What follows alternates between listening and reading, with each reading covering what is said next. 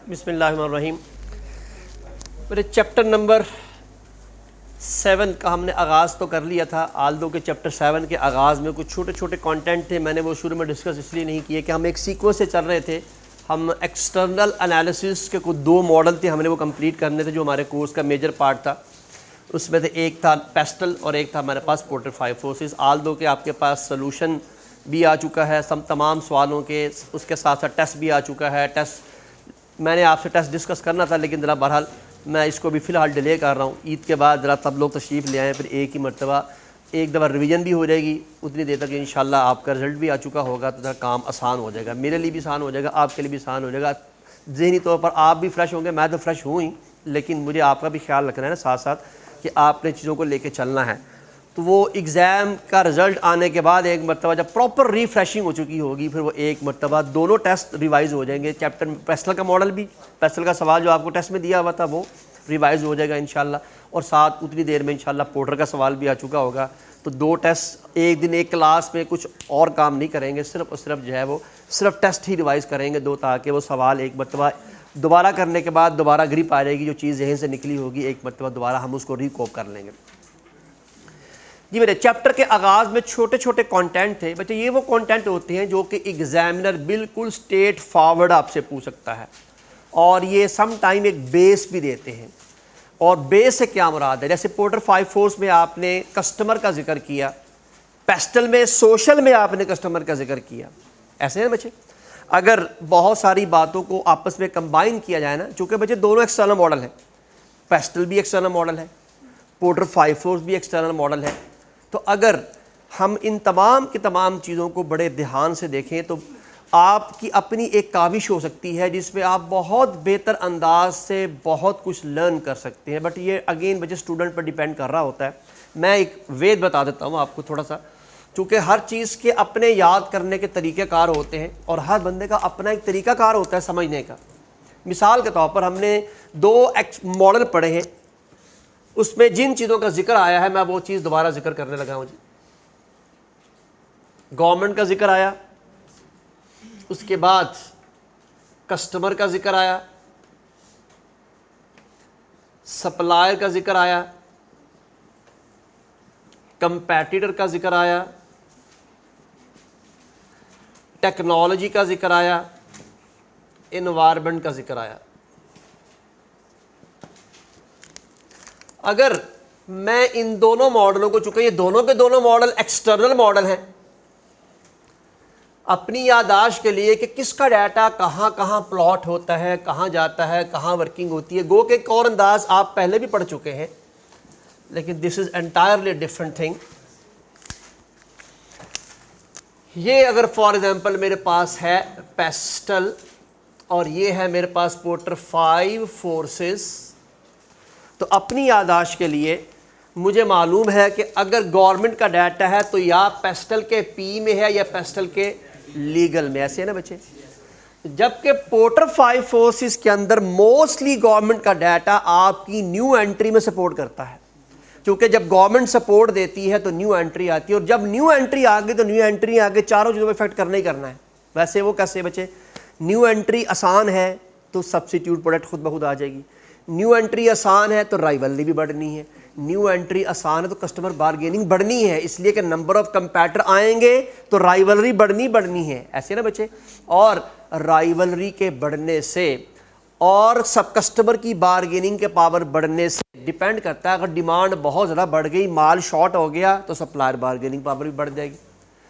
समझ में आ रही बच्चे बात? चीज़ों को बड़ी आसानी आप आपस में नहीं कर सकते, इसलिए मैं यहाँ पर मोस्टली गवर्नमेंट का डाटा किस में एंटर होता है, न्यू एंट्री के अंदर जी बच्चे। यहाँ कस्टमर का डाटा किस में जी, सोशल में, और यहाँ कस्टमर बारगेनिंग पावर, मैंने CBP लिख दी यानी कस्टमर बारगेनिंग पावर।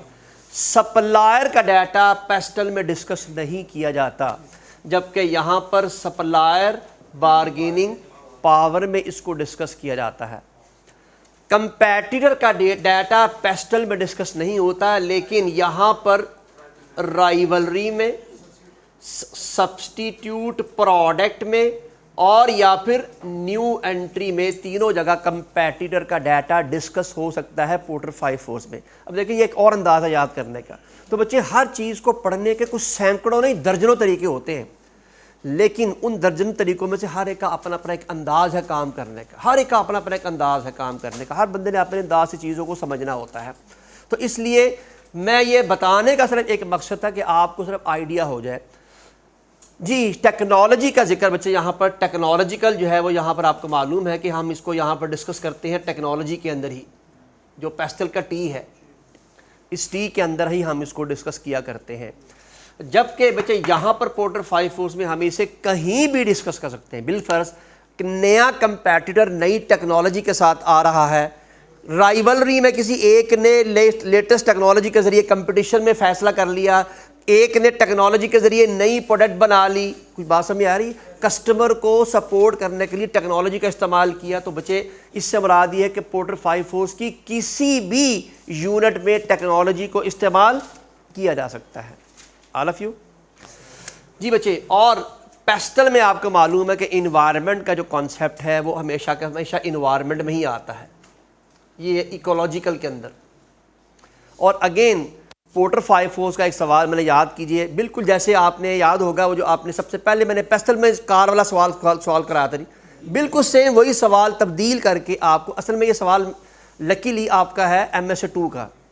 MSA 2 में दोनों मॉडल इकट्ठे पूछे हुए उसने कहा इसी एक थ्योरी में इसी पे पोर्टर 5 फोर्स अप्लाई करना है और इसी पे पेस्टल अप्लाई करना है। मैंने क्या किया हुआ, मैंने 2 मरतबा नाम तब्दील करके पहले वो पेस्टल में भिजवा दिया, फिर बाद में पोर्टर 5 फोर्स में, जो मैंने आपको सवाल प्रैक्टिस के लिए भिजवाया था, जिसके साथ एक टेबल भी आया हुआ है कि आपके पास इको कार जो है उसकी प्राइस क्या है और बाकी की प्राइस क्या है। तो वह बड़ी बासानी आप कंपेरिजन कर सकते हैं। उसमें सब्सिट्यूट प्रोडक्ट क्या थी जी, जो गाड़ियाँ थी ना बजे हमारे पास, पेट्रोल वाली एक सब्सिट्यूट था, हाइब्रिड गाड़ी दूसरा सब्सिट्यूट था, और इको कार तो खुद इटसेल्फ सही थी। और इन्हीं को बनाने वाले कौन थे, वो राइवलरी थी। जो क्यूटिया गाड़ी का बनाने वाला था, जो जीरोस गाड़ी बनाने वाले थे, वो क्या कहलाएंगे, कंपैटिटर। लेकिन सवाल जल्दी से करा, आंसर तो खैर डेफिनेटली आपने पढ़ भी लिया होगा, लेकिन बच्चे फ़िलहाल मार्केट में इन्वायरमेंट के लिहाज से पोर्टर क्या नाम कहते हैं, इको कार की लेवल गाड़ी मार्केट में है ही कोई नहीं। हालांकि इको कार की गाड़ी $2000 महंगी है बाकी सबसे। $9,999 की आई गेस मेरे ख्याल इतनी थी, मुझे एग्जैक्ट फिगर याद नहीं है, इस तरह की थी, कोई 99,000 या 90,000 कुछ तरह की फिगर थी उसकी। जबकि दूसरी गाड़ियाँ 77 थी जो उसकी क्यूटिया उसके मुकाबले में है। लेकिन इसके बावजूद people are willing to buy the car of eco. तो इको कार को बाय करने के लिए लोग तैयार हैं। तो हमें मालूम हुआ कि गाड़ी महंगी होने के बावजूद भी कस्टमर किसको पसंद कर रहा है।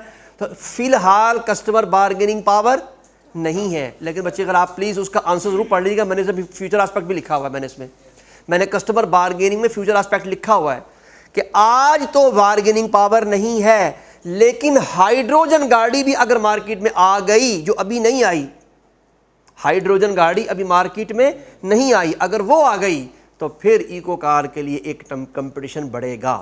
राइवलरी भी फिलहाल लो थी, लेकिन दोबारा आप लिखेंगे इको कार के साथ हाइड्रोजन गाड़ी आई तो फ्यूचर में राइवलरी बढ़ सकती है। कस्टमर बार्गेनिंग पावर भी लो थी, सप्लायर का डाटा तो था ही कोई नहीं इसके अंदर ही, मैंने बकायदा मेंशन किया वगैरह सप्लायर से डाटा इंफॉर्मेशन अवेलेबल नहीं है। और न्यू एंट्री कौन सी थी भाई, hydrogen car is considering to enter. उसने लिखा हुआ है कि दैट इज जो है वो नॉट येट प्रोडक्शन नहीं हो रही, लेकिन अभी उस पर क्या हो रहा है, एक्सपेरिमेंट हो रहा है, अभी वो डेवलप हो रही है। कुछ बात समझ आई बच्चे। तो आई गेस कि किसी दर्जे में आपको पोर्टर 5 फोर्स पे काफ़ी अच्छी ग्रिप महसूस होना शुरू होगी। आल दो कि आसान नहीं होता ये मॉडल, लेकिन ये आज सिर्फ इसलिए आसान लग रहा है, एक तो पहली बात मैं सामने खड़ा हूँ, और दूसरा अभी आपने हाल ही में पढ़ा है। आज से 3 माह के बाद सोचिए, 3 माह के बाद ये लेवल नहीं होगा नॉलेज का। तो इसलिए अगर आप चाहते हैं कि आप प्रैक्टिस अच्छी रखें तो फिर कभी गाहे बगाए बैठ के खुद इस पर एक सवाल सॉल्व कर लिया करें। ये आपको प्रैक्टिस बरकरार रखनी चाहिए। बाकी मॉडल तो बच्चे बहुत आसान, अब आप देखिएगा एक दिन एक मॉडल, लेकिन पेस्टल पे 2 दिन लग गए थे, पोर्टर 5 फोर्स पे ऑलमोस्ट 3 दिन लगे हैं, बल्कि चौथा दिन भी थोड़ा सा इंट्रोडक्शन में लग गया था उससे पहले वाले दिन में। बाकी ऑलमोस्ट बाकी मॉडल इतने तरह से हैं, छोटे छोटे मॉडल हैं, छोटे छोटे सवाल हैं। ज़्यादा टाइम टेकिंग नहीं है, बहुत ईजी होते हैं। इसके बाद फिर आपको टाइम वेस्ट करेगा या आपका टाइम टेकिंग करेगा वो AAA मॉडल है, वो काफ़ी कॉम्प्लेक्स होता है और वो पोर्टर 5.4 से भी कॉम्प्लेक्स होता है। उसकी एक वजह है, उसकी वजह उसकी डिफ़िकल्टी लेवल नहीं है, उसकी वजह ये है उसके तमाम के तमाम यूनिट एक जैसे लगते हैं। आप कहेंगे सर 1 भी तो यही था, अच्छा 2 भी यही था, अच्छा 3 भी यही है। उसमें डिफ्रेंशिएट करना एक कमाल है। बस जिसको डिफ्रेंशिएशन आ गई समझ लीजिए कि वो आसानी से AAA मॉडल को यूँ मैनेज करेगा। उसमें है क्या, वो एथिकल मॉडल है और हर एक में आप कहेंगे ये अनएथिकल है, ये भी अनएथिकल है, ये भी, जब सब कुछ ही अनएथिकल है तो वो डिफरेंस क्या हुआ? वहाँ आपने एक डिफरेंस बताना है कि इसमें अनएथिकलिटी का लेवल क्या था, इसमें अनएथिकलिटी से मुराद क्या थी, यहाँ से अनएथिकल से क्या मुराद थी, यहाँ अनएथिकल से मुराद थी, यहाँ अनएथिकल से क्या मुराद थी। कुछ बात समझ आई बच्चे? तो इसलिए ये आहिस्ता आहिस्ता आहिस्ता आहिस्ता चीज़ें तब्दील होंगी। तो आइए बच्चे अपने काम की तरफ आते हैं। ये मैंने जस्ट अपना पुराना काम रिवाइज़ किया जो कि आलमोस्ट 3 दिन के बाद मिलते हैं, तो 3 दिन के बाद तकरीबन पिछली चीज़ें काफ़ी हद तक ज़हन से निकली होती हैं। दोबारा एक दफ़ा हल्का सा रिवाइज़ हो जाए तो चीज़ें कंट्रोल करना आसान हो जाती है। आइए बच्चे, आज का जो टॉपिक है हमारा वो हमने जो है बेसिकली चैप्टर नंबर 7 के आगाज़ में छोटे छोटे कंटेंट हैं वो पढ़ने हैं। और मैं ये बता दूं आपको, मेरा नहीं ख्याल एग्ज़ाम में ये आएंगे, लेकिन बहरहाल मैं पढ़ा इसलिए रहा हूँ, उसकी बुनियाद ज़रूर है आपकी। इसलिए कि पोर्टर 5.4 में आपने कस्टमर का जिक्र किया, पेस्टल में कस्टमर का जिक्र किया, तो कस्टमर का जिक्र तो आ गया ना, इसलिए अब यहाँ पर कस्टमर से रेलेवेंट कुछ चीज़ें आएंगी। तो आइए ज़रा इसको समझिएगा, बहुत अच्छी चीज़ें हैं। अगर यहाँ नहीं तो इंशाल्लाह प्रैक्टिकल लाइफ में बहुत इंपॉर्टेंट चीज़ें हैं। प्रैक्टिकल लाइफ में इस पॉइंट ऑफ व्यू से इसमें 4 पॉइंट हैं, 4 में से 3 पॉइंट ऐसे हैं जिनको आप प्रैक्टिकल लाइफ में इनके बगैर चल ही नहीं सकते। अब आपके दिमाग में सवाल ज़रूर आना चाहिए कि सर मैं तो अकाउंटेंट हूँ, मुझे क्या फ़र्क पड़ता है। भाईजान आप अकाउंटेंट नहीं हैं, आप जब भी किसी ऑर्गेनाइजेशन में काम करते हैं एक्सट्रीम पोस्ट पे काम करते हैं अल्लाह के हुक्म से, और एक्सट्रीम पोस्ट पे सिर्फ खाली अकाउंटिंग जिम्मेदारी नहीं होती, all kind of financial and non financial aspect you have to oversee by yourself. ये बात ज़हन नशीन रखिए। ऑर्गेनाइजेशन ने मसाइल पैदा हो जाने हैं, सबसे पहले उन्होंने आप ही को बुलाना है कि सर बताइए इसका हल कैसे निकालें। तो आप वहाँ कहेंगे लो मेरा काम तो चार्ट ऑफ अकाउंट बनाना है, मैं आपको ऐसे बताऊँगा ये काम नहीं बच्चे, ये अब आप ही की जिम्मेदारी है। और शायद आप लोग माशाल्लाह काफ़ी हद तक अब अकाउंटिंग पढ़ चुके हैं, तो याद रखिए you people are not financial accountant, you people are management accountant. और मैनेजमेंट अकाउंटेंट की जिम्मेदारी प्लानिंग, कंट्रोलिंग, डिसीजन मेकिंग सारी होती हैं और financial and non financial aspect पर होती हैं। यही जिम्मेदारी होती है एक फाइनेंशियल मैनेजर की। जब से मैनेजमेंट अकाउंटिंग आई है तो 2 चीज़ शामिल हो गई हैं, मैनेजमेंट प्लस अकाउंटिंग। मैनेजमेंट आप ये पढ़ रहे हैं जिसको आप मैनेजरियल पार्ट कहते हैं, और अकाउंटिंग की जो आपकी स्टैंडर्डाइजेशन है रिपोर्टों के या जो भी उनके आपकी स्टैंडर्ड फार्मूलाज हैं आप उनको साथ साथ लर्न कर रहे होते हैं। पहला कॉन्सेप्ट ज़रा समझने की कोशिश कीजिएगा, ये कोई कॉम्प्लेक्स सिस्टम नहीं है। आप कहेंगे सर इतना कुछ लिखा हुआ मैं कैसे याद करूँगा, इसको याद ही कोई नहीं करना, समझना है बस। ये कह रहा है कि ऑर्गेनाइजेशन को सबसे पहले अपने कस्टमर के बारे में जानना है और उसके बाद फिर अपनी प्रोडक्ट को उसके मुताबिक बनाना है। क्योंकि बच्चे हम जानते हैं कस्टमर इज़ अ बॉस, ये बात हम अक्सर पढ़ते हैं, कस्टमर बॉस होता है। क्यों कहते हैं बॉस? इसलिए कि हम हर चीज़ कस्टमर के लिए ही तो बनाते हैं। क्या ख्याल है, मैं जो यहाँ पढ़ा रहा हूँ किसको पढ़ाने आया हूँ? कस्टमर को ना। आप इस इंस्टीट्यूट के कस्टमर हैं, मैं आप ही को सर्व कराने आया हूँ, आप ही को बताने आया हूँ, और मकसद आपको सर्व कराना नहीं है, मकसद आपको पास कराना है। उस पास कराने के लिए जो भी मेहनत मैं कर सकता हूँ, जो भी टेक्निक मैं इस्तेमाल कर सकता हूँ, I will have to do same. आपने ये मार्कर बेचना है, मार्कर को बेचने के लिए आप ये नहीं कहेंगे मैं जो मर्जी ले आऊँ लोग खरीदेंगे, नहीं, ऐसा कभी नहीं होगा।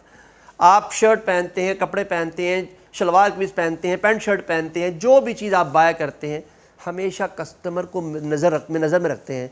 यार कस्टमर कौन से कलर पसंद करता है, कस्टमर कौन सा डिज़ाइन पसंद करता है, कस्टमर कौन सा फैब्रिक पसंद करता है, कस्टमर किस शेप या किस फैशन की प्रोडक्ट्स को बाय करता है, हर चीज़ आपके दिमाग में होती है। ये सारा कुछ सोचने के बाद फिर आप चीज़ प्रोड्यूस करते हैं, उससे पहले आप डिसीजन मेकिंग नहीं करते। ऐसे है ना बच्चे? तो इसलिए बी केयरफुल अबाउट इट। ये कस्टमर की कैटेगरीज हैं। ये क्या है बच्चे? कस्टमर की कैटेगरीज। आपकी ऑर्गेनाइजेशन ने इसमें से किसी न किसी चीज़ को चुनना होता है, 1 को, 2 को, 3 को, 4 को। नंबर 1 लो प्राइस या हाई प्राइस। इससे क्या मुराद है? सस्ती चीज़ खरीदने वाला कस्टमर या महंगी चीज़ खरीदने वाला कस्टमर। बात समझ आई नहीं बच्चे? अब क्या ख्याल है, उसी के मुताबिक चीज़ बनाएंगे ना आप। आपकी ऑर्गेनाइजेशन ने हर माल 10 रुपये बेचना है तो आप हर माल 10 रुपये वाली चीज़ बनाएंगे ना। आपकी ऑर्गेनाइजेशन ने इंतहाई सोफिस्टिकेटेड प्रोडक्ट्स बनानी है तो फिर आप हाई प्राइस की तरफ जाएंगे, फिर आप लो प्राइस की तरफ नहीं जाएंगे। ये आपको डिसाइड करना है ना बच्चे। कस्टमर तो आपके आगे दरवाज़ा नहीं खटखटाएगा, सर साहब लो प्राइस चीज़ बनाइएगा, वो नहीं बताएगा। आपने डिसाइड करना है आपने किसको सर्व करना है। आपने लो कस्टमर को सर्व करना है कि आपने हाई कस्टमर को सर्व करना है। मार्केट के अंदर हमारे यहाँ पर गवर्नमेंट की डिग्रियां हैं जिसको हम बीएससी कहते हैं और मास्टर्स डिग्रीज कहते हैं, ऐसे है ना बच्चे। आपके सामने यहाँ पर प्राइवेट सेक्टर में ग्लोबल इंस्टीट्यूट है, आप वहाँ तशरीफ़ ले जाएं, 4 से 5 लाख रुपए के अंदर वहाँ आप बीएस कर लेते हैं। 4 से 5 लाख रुपए में बीएस हो जाता है। लम्स तशरीफ़ ले जाएं, मेरा ख्याल है 10 लाख रुपए सिर्फ एक सेमेस्टर की फ़ीस है। The hello difference. अब ये बात नहीं है कि लम्स बिला वाला 10 लाख रुपए ले रहा है, फिर लम्स उसके लिहाज से उतने हाईली एजुकेटेड एम्प्लॉय भी लेकर आता है, टीचर भी लेकर आता है, उनका इंफ्रास्ट्रक्चर भी है, उनका वहाँ पर उस तरह का टीचिंग मेथोडोलॉजी भी है, फिर उसी तरह बच्चों की ग्रूमिंग भी है। और इसके बरक्स अगर आप यहाँ चले जाएँ तो वहाँ पर पढ़ाते कोई नहीं है, लेकिन अल्हम्दुलिल्लाह जो जाता है डिग्री लेकर ही बाहर आता है। तो ये बेसिकली डिफरेंट कॉन्सेप्ट है ना बच्चे। ये कॉन्सेप्ट आपने डिसाइड करना है whenever you are trying to perform the business activities कि who will be your customer. आपने अपने कस्टमर को डिसाइड करना है तो पहली बात आपको ये डिसाइड करनी पड़ेगी कि आपने लो कैटेगरी वाले कस्टमर को फोकस करना है या बड़ी एक्सपेंसिव प्रोडक्ट बाय करने वाले कस्टमर को अपनी तरफ मुतवज्जे करना है। ये फैसला कस्टमर ने नहीं करना, ये फैसला आपने करना है। आपके फैसले के मुताबिक कस्टमर खुद ब खुद आ जाएगा। फाइन। Number 2, product wise. बच्चे आपने बाकायदा तौर पर अपने आप को शुरू में कैटेगराइज करना होता है ना, आप कौन सी प्रोडक्ट बेचना चाहते हैं। अब मेरी जेब में अगर पैसे हैं तो मैं ये नहीं कहूँगा यार मैं कारोबार करने जा रहा हूँ। मुझे डिसाइड करना पड़ेगा, मुझे एजुकेशन में आना है, मुझे गारमेंट्स में आना है, मुझे शूज़ के बिज़नेस में आना है, पेट्रोल पंप बनाना है, क्या करना है मुझे सबसे पहले सोचना पड़ेगा। तो first of all I have to decide myself. और याद कीजिए बच्चे, हमने पेस्टर सोशल एनालिसिस किया था, डेमोग्राफिक एनालिसिस, याद है ना बच्चे। हमने कहा था कि कितने लोग हैं टोटल पाकिस्तान में, उसमें कितने मेल हैं कितने फीमेल हैं, हर एज वाइज कितने हैं। अब आपकी प्रोडक्ट पर डिपेंड करता है। अगर बच्चे मैं ये सोच रहा हूँ कि मैंने मार्कर बनाने हैं तो क्या ख्याल है मुझे डेमोग्राफिक एनालिसिस में देखना पड़ेगा ना पाकिस्तान में कितनी ख्वानदा लोग हैं, कितने नाख्वानदा लोग हैं, कितने लोग खरीदेंगे इसको। तो वो ख़रीदार का एनालिसिस किए बगैर मैं कभी बाय नहीं कर सकता। इसका ताल्लुक वहाँ पर है। तो प्रोडक्ट वाइज एनालिसिस भी होता है, फिर एरिया वाइज भी। मैंने आपसे कहा था लोकेशन वाइज भी तो है ना, लोग कहाँ कहाँ रहते हैं। तो आपने कहाँ ये कारोबार करना है, मैंने अपनी प्रोडक्ट कहाँ बेचनी है, मुझे अपनी प्रोडक्ट को बेचने के लिए बाकायदा जगह का इंतखाब करना है। तो एरिया वाइज कस्टमर भी होते हैं। अब आप कहेंगे ये कैसे, तो ये एनालिसिस आपको देगा पेस्टल बताएगा कि सोशल में फ़लाँ इलाके में इतने लोग रहते हैं, फ़लाँ इलाके में इतने लोग रहते हैं। और फिर आगे फर्दर उसके एनालिसिस तफसील से होते हैं बच्चे। वो कैसे, आपने इलाका आइडेंटिफाई किया शादरा, तो वो आपको बताएगा शादरा में इतने मेल हैं इतने फीमेल हैं, इस एज इतने लोग मौजूद हैं, और शादरा में इतने घर हैं, इतने वहाँ पर स्ट्रीट हैं, इतने वहाँ पर पहले से कंपैटर मौजूद हैं। ये मालूमात हासिल किए बगैर अगर आप कारोबार स्टार्ट कर रहे हैं तो हम बेवकूफ़ी कर रहे हैं। कारोबार करने का तरीक़ाकार है सबसे पहले एनालिसिस के बगैर कभी कारोबार नहीं किया जाता। और यही आप पढ़ रहे हैं इस पूरे के पूरे पेपर में 90% आपने एनालिसिस ही पढ़ने हैं। तो ये मुख्तलिफ तरह के एनालिसिस हैं, fashion wise customer, age wise customer, gender wise male female, आपकी प्रोडक्ट उसके मुताबिक बनेगी ना बच्चे। फिर मटीरियल स्टेटस वाइज, इससे क्या मुराद है बच्चे, सॉरी ये मटीरियल अलग है, स्टेटस वाइज अलग है। मटीरियल से मुराद मैं वहाँ मटीरियल पढ़ रहा हूँ जी, लेकिन मटीरियल भी आ सकता है जी। मैरिटल स्टेटस वाइज आप नौजवानों के लिए बना रहे हैं, शादीशुदा के लिए बना रहे हैं। जैसे आपको मालूम है कि शादी के जो मलबूसात हैं वो अलग हैं, और अगर आपने पार्टी ड्रेस है वो अलग है, और आपने आम रूटीन में पहनने वाले कपड़े वो अलग हैं। हर चीज़ का कहानी है। बाबू इधर आ जा, आपसे कह रहा हूँ इधर मेरे पास बैठो, जल्दी आ रहा है, मेरा काम बड़ा डिस्टर्ब हो रहा है। मैं बड़ा सेंसिटिव आदमी हूँ, क्लास पढ़ाने के दौरान मैं चाह रहा होता हूँ सिर्फ मुझे सुना जाए, और अगर मुझे सुनने के अलावा कुछ और हो रहा हो तो मुझे लगता है यार मैं पढ़ा सही नहीं रहा या फिर दूसरा बंदा पढ़ना नहीं चाह रहा। तो अल्लाह मेरा जल्दी इधर आ जाए ताकि मेरी सेंसिटिविटी ख़त्म हो जाए।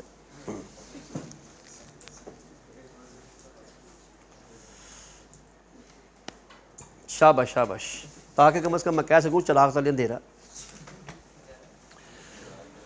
जी। अब ये कुछ एग्जाम्पल भी हैं बच्चे, ये प्रोडक्ट वाइज है एग्जाम्पल। जैसे आपके पास एयर ट्रैवलिंग, ये एक ग्रुप है ना बच्चे पूरा का पूरा, जिन लोगों ने आपने जो है बेसिकली एयर टिकट्स बाय करनी होती है, वो पूरा का पूरा ग्रुप है। इसी तरह आपके पास स्पोर्ट्स है, यूथ की प्रोडक्ट्स हैं, ग्लोबल प्रोडक्ट हैं, लोकल मार्केट्स हैं। दीज आर व्हाट, ये आपके ऊपर लिखा हुआ व्हाट, कस्टमर एंड मार्केट। अब एक चीज़ आपको तंग कर रही होगी, हम अब इसकी तरफ चलते हैं। हमने कस्टमर के एंगल से देख लिया, लेकिन हमने लफ्ज़ मार्केट के एंगल से कोई चीज़ नहीं पढ़ी। आइए ज़रा थोड़ा सा इसके ऊपर भी एक छोटा सा हम अपना एनालिसिस कर लेते हैं। बल्कि मैं इस पर लिख देता हूँ, मुझे याद तो पड़ता कि शायद मैंने मार्केट से रेलेवेंट कुछ चीज़ डिस्कस की थी, नहीं की थी तो नो प्रॉब्लम। पहले आपको पता होना चाहिए कि मार्केट कहते किसे हैं। मार्केट तीन चीज़ों का नाम है। एक मिनट ठहरिए,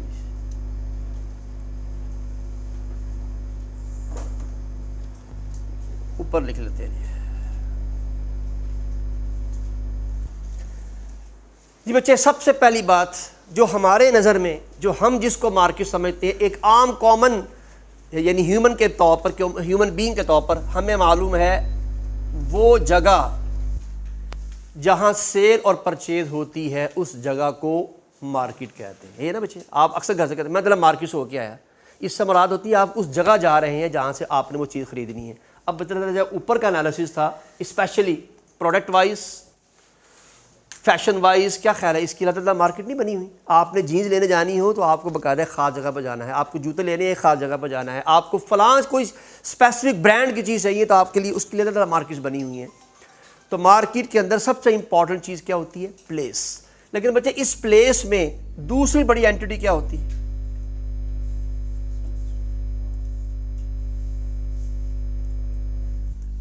वेंडर। वेंडर से मुराद सप्लायर, बेचने वाला, खरीदने वाला, और वो जगह जहां खरीदा और बेचा जाता है उसे मार्केट कहते हैं। All of you. तो ये मार्केट को हम सादा, please don't confuse market with marketing. Marketing किसी और चीज़ का नाम है, हम मार्केटिंग की बात नहीं कर रहे हैं, हम बात कर रहे हैं मार्केट की। फाइन। तो ये इस वक्त नाउन के तौर पर पढ़ा जा रहा है कि मार्केट क्या है बच्चे? हम कह सकते हैं a place where selling and buying activities are performed. अब इसमें मैंने देखे कस्टमर का जिक्र इस्तेमाल नहीं किया, मैंने इसमें सप्लायर का जिक्र नहीं किया, लेकिन जब मैंने बाइंग और सेलिंग की बात की तो कौन बाय कर रहा होता है और कौन सेल कर रहा होता है, वो जिक्र खुद ब खुद आ जाता है। ठीक है बात? फाइन। तो याद रखिए जहाँ जहाँ कस्टमर होगा वहाँ वहाँ मार्केट भी साथ ज़रूर डिस्कस की जाएगी। फाइन। कुछ बात समझ आई बच्चे? मैं फिर दोबारा से कह रहा हूँ, आई गेस मेरा नहीं ख्याल एग्जाम में इस तरह के सवाल एग्जाम में देता है, लेकिन ये बेस ज़रूर है आपकी कि आपको ये तो कम से कम पता हो कि हम कस्टमर को कितनी कैटेगरी में डिवाइड कर सकते हैं। मोस्टली बच्चे जो मैं आपको बता रहा हूँ, मोस्टली कस्टमर को आप 3 कैटेगरी में डिवाइड करते हैं मोस्टली। वैसे price wise, services wise and quality wise, बस मोस्टली कस्टमर को आप इसी कैटेगरी में, बाकी सारा कुछ खुद ब खुद में फिट हो जाता है। लो प्राइस जी बच्चे, बड़े सिंपल से मुराद ये है कि एग्जामिनर आपसे पूछता है कि explain different categories of customer, तो आप कहेंगे there are different kind of customer, we can divide customer as per the price, we can divide customer as product wise, as area wise, as fashion wise. तो आगे पर एक आधी का example depending सवाल अगर 2 नंबर का है तो 2 नंबर के लिए अगर हर एक का एग्जाम्पल देना शुरू करेंगे तो 10 नंबर छोड़े 15 नंबर इसी में लग जाएंगे। तो 2 नंबर के लिए कल फार्मूला बताया था 1.8 से मल्टीप्लाई करना है, तो मैक्सिमम से मैक्सिमम आप ये समझ लीजिए कि आपका ये सवाल कम से कम 4 मिनट में सॉल्व हो जाना चाहिए। ये भी खैर ज़्यादा है, लेकिन चलिए आप 4 मिनट में देखें कितना काम आपको चाहिए जो आपने मैनेज करना है। सॉरी बड़े ये अप्लाइड सवाल ही पैदा नहीं था। अप्लाइड आएगा तो फिर वो इधर जाएगा ना पोर्टर 5 फोर्स की तरफ, चूँकि वहाँ वो कस्टमर का डाटा देगा तो आप खुद ही अंदाज़ा लगा लेंगे कौन से कस्टमर की बात हो रही है। जी बच्चे कौन सा वाला क्या बताऊँ उसमें? जी आप लेट आए तो मैं क्या कर सकता हूँ यार, अब आप लेट जाएं। क्लास के बाद में मुझे पूछेगा वरना बहुत टाइम लग जाएगा बच्चे। ले बच्चे ये है काम की चीज़ और ये अप्लाइड हो सकता है 2 से 3 लाइनों में, ये बाकायदा अप्लाइड सवाल हो सकता है। पहली बात तो आपको शायद मालूम है जी ayashi.com चल रहा है आज और कल में, मैं आपको ना भी पढ़ाऊँ तो ये क्लास वैसे ही आज आपकी यूट्यूब पे चली जानी है। ये जो आपको पब्लिक इस वक्त नज़र नहीं आ रही, वो आराम से घर बैठ के सुकून से जो है ना वो खराटे ले रही है, आराम से जो क्या नाम कहते हैं आराम कर रही है। उन्हें पता है कि सख्ती क्लास यूट्यूब पर मिल तो जानी है। ठीक है जनाब, वो आपकी मर्ज़ी, आप 2x पे चलाएं या 3x पे चलाएं। बल्कि आज का मेरा प्रोग्राम था कि मैं थोड़ी सी बात जो है वो क्लासरूम में स्पेशली ऑनलाइन स्टूडेंट के लिए मैंने करनी है। ऑनलाइन स्टूडेंट्स में एक सबसे बड़ी, मैं आई एम नॉट, आपको एड्रेस नहीं कर रहा, मैं इस वक्त डायरेक्ट जो है ना वो एड्रेस कर रहा हूँ ऑनलाइन स्टूडेंट्स को। अनफॉर्चुनेटली एक तो जाहिद साहब की एक वीडियो तो मौजूद है ही, जाहिद साहब ने बकायदा इसमें बड़ी अच्छी गुफ्तगू की हुई है कि स्टूडेंट जो है वो 2x चला के यानी फुल स्पीड पे अब सुन रहा है। बच्चे याद रखिएगा, जब आप 2x पे सुन रहे होते हैं तो जाहिद साहब ने बड़ी अच्छी बात की कि टीचर ने जिस बात पे ज़ोर देना होता है उस पर ज़रा बहुत गहरी बात करता है, ज़रा थोड़ा सा ज़ोर दे के बात करता है। 2x में ये बातें समझ में नहीं आ सकती, आपको पता ही नहीं है क्या अहम है क्या अहम नहीं है, कुछ नहीं पता लग सकता। वो पहली बात उसने 2x लगाया इसलिए हुआ है कि उसने डिवाइड वाइड करना ही नहीं है। अगर वो पहले 1x पर ना सुन लेता है, देखे जाएंगे माशाल्लाह, तो हवा वो लगाया करो सर को, फिर तुम्हें पता लगे यार बात क्या हो रही है। वो 2x पे सुनी इसलिए रहा कि उसके बाद टाइम निश्ता करना, उसके बाद अगर इतना टाइम हो तो सुनना ले जनाब। वो बंदा जो है ना वो साइकिल लेके भाग रहा था, किसी ने कहा भाईन तुम साइकिल तो क्यों नहीं, मेरी गल सुनो, कहता भाई टाइम नहीं गा, टाइम होता साइकिल तो ना बह जाता है। तो हमारा भी यही हाल है कि हम साइकिल को लेके भाग रहे हैं, इतना टाइम नहीं कि साइकिल के ऊपर चढ़ के साइकिल में चले जाएं। तो यही कॉन्सेप्ट जो है वो उसी का भी है कि वो 2x पे सुन रहा खड़ा कर, और फिर वो सुन रही साथ में क्या कर रहा है, साथ फेसबुक भी चल रही है, साथ में व्हाट्सएप भी चल रही है, साथ अम्मी के सारी इंस्ट्रक्शन भी सुन रहा है कि प्याज लाना है, दूध भी लेकर आना है, फलां भी लेके आ रहे हैं जी, एक मिनट सुना अच्छे साथ दी गलत तो सुन लवा पहले मैं सुन, वो भी नहीं रहा होता और सुन अम्मी की भी नहीं रहा होता। और अनफॉर्चुनेटली सवाल मुझसे वो क्या कर रहा होता है, सर आप ये फ़लाँ चीज़ बता दें। और भाई अल्लाह के वली, जब आपको जो लेक्चर दिया है 100 दफ़ा सुनने के लिए, उसको तो जाके सुन लो। उसके बावजूद वो सवाल मुझे, मैं ऑनलाइन की बात कर रहा हूँ, जो ऑनलाइन स्टूडेंट है मुझसे यही सवाल कर रहे थे, सर वो फ़लाँ चीज़ बता दें। भाई कैसे बताऊँ, एक बात बताई हुई है तुम्हें क्लास में, तुम्हें वो पढ़ाई है, लेक्चर में जाके दोबारा सुन लो।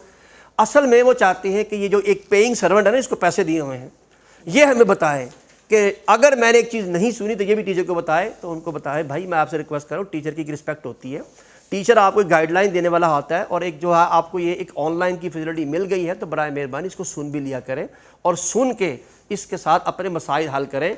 अगर काश के हमारे पास कोई ऐसा निज़ाम होता, हमारे हाथ लंबे होते कि यहाँ से बैठ के थप्पड़ में यहाँ से घर बैठ के आपको लगा देता और आपके सोए हुए दिमाग को जगा सकता है कि आपको पता लग जाए कि आप सुन रहे हैं, बात क्या सुन रहे हैं क्या नहीं सुन रहे हैं।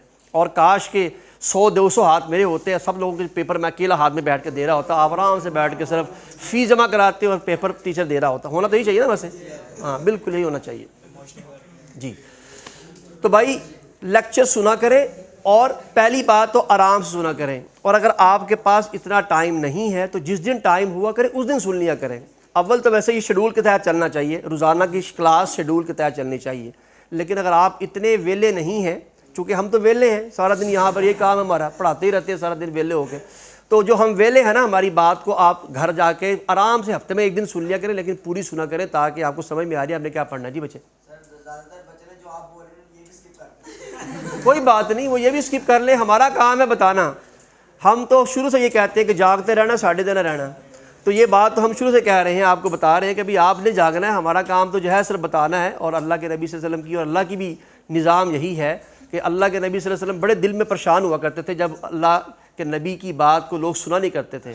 तो अल्लाह ने साफ बात अल्लाह के नबी से कहा दी कि आपका काम है सिर्फ बात को पहुँचाना, इनको समझाना आपकी ज़िम्मेदारी में, बल्कि कुरान के अल्फाज़ में आप अपने आप को हलाक मत करें, इनको समझाना आपकी ज़िम्मेदारी है, बताना आपकी ज़िम्मेदारी, सॉरी समझाना आपकी ज़िम्मेदारी नहीं है, इनके दिलों में बात डालना आपकी ज़िम्मेदारी नहीं है। तो हम अपना काम भाई पूरा कर रहे हैं, हम अपना काम पूरा करेंगे, आपको बताएंगे, आपका दिल मानता है मान लें, आपका दिल नहीं मानता आप ना माने।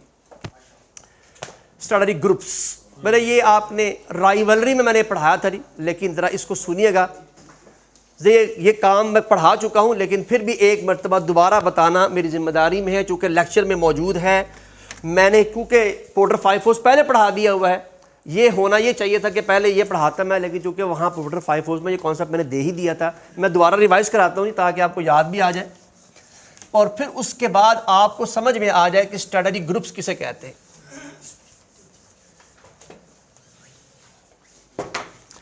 जी बच्चे, हमने यहाँ पर एग्जाम्पल ली थी कि यहां पर हमारे पास थे राइवल्स,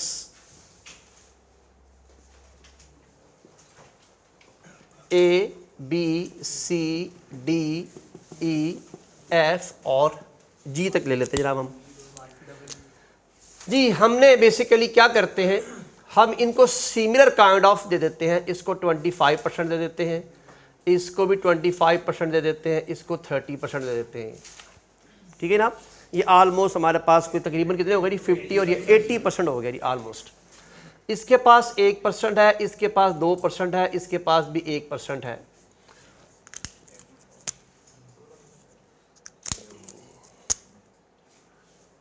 एच यहाँ ले आते नहीं। अच्छा जी, तो ये आपके पास 84% हो गई जी, बाकी 16 रह गए आपके पास जी। 16 में से आप इसको दे दें जनाब 10% इसको दे दें। नहीं यार नहीं, फिर ये मुश्किल हो जाएगा काम हमारे लिए। इसको हम दे देते हैं जनाब 6% यहाँ दे देते हैं, 6% यहाँ दे देते हैं, 4% यहाँ दे देते हैं। अब बच्चे ये देखिए ज़रा ग्रुप्स बन गए हैं इसके अंदर ही।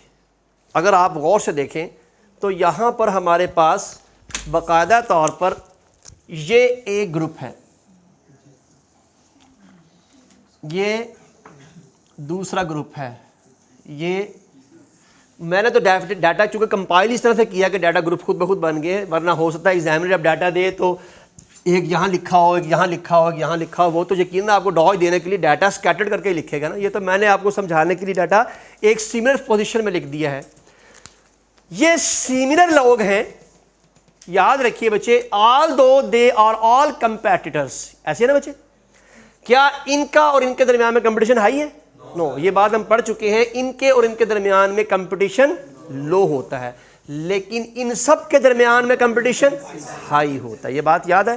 तो याद रखिए, जो एक तरह के लोग होते हैं ना मार्केट के अंदर, ये स्ट्रेटेजिक ग्रुप 1 है, ये स्ट्रेटेजिक ग्रुप 2 है, ये स्ट्रेटेजिक ग्रुप 3 है।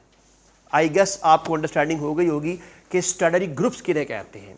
तो ये एक ग्रुप है और हर ग्रुप के अंदर कंपटीशन इंटेंसिव होता है। सुन रहे हैं सब लोग? हर ग्रुप के इनसाइड कंपटीशन इंटेंसिव होता है। अब ये जुमला पढ़ेंगे तो आपको आसानी समझ में आ जाएगा। देखिए क्या लिखा हुआ है।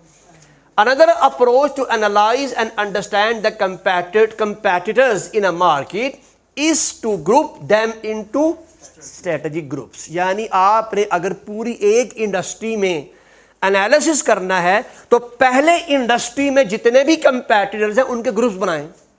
उनके क्या बनाएं? ग्रुप्स। और फिर a strategic group is a number of entity. Entity किसे कहते हैं मुझे? ऑर्गेनाइजेशन को भी कहते हैं, ह्यूमन को भी कहते हैं। मोस्टली लफ्ज एंटिटी ऑर्गेनाइजेशंस के लिए इस्तेमाल होता है। A strategic group is a number of entities that operate in the same industry and have similar strategies or that are competing in their market in a similar way. तो जब सब कुछ similar होगा, हमने पोर्टर 5 फोर्स में rivalry में पढ़ा था, जब प्रोडक्ट भी सेम हो, प्राइस भी सेम हो, क्वालिटी भी सेम हो, सर्विस भी सेम हो, तो कंपटीशन क्या होता है? इंटेंसिव होता है। Is it right? अब बच्चे मुमकिन है एग्जामिनर इस पे 2 लाइनों में इस तरह का डाटा देकर इसको अप्लाई करवा सकता है। वैसे ये भी सवाल अप्लाइड नहीं आएगा, लेकिन मैं बता दूं अगर अप्लाई करवाना चाहे तो वो करवा भी सकता है। 2 नंबर से ज़्यादा क्या पूछेगा बच्चे? इस पर 10 नंबर तो दे नहीं सकता अब इसके ऊपर, क्योंकि सिर्फ आपने बताना क्या है, 2 तो बातें बतानी है। How many number of strategic groups are there, पहली बात।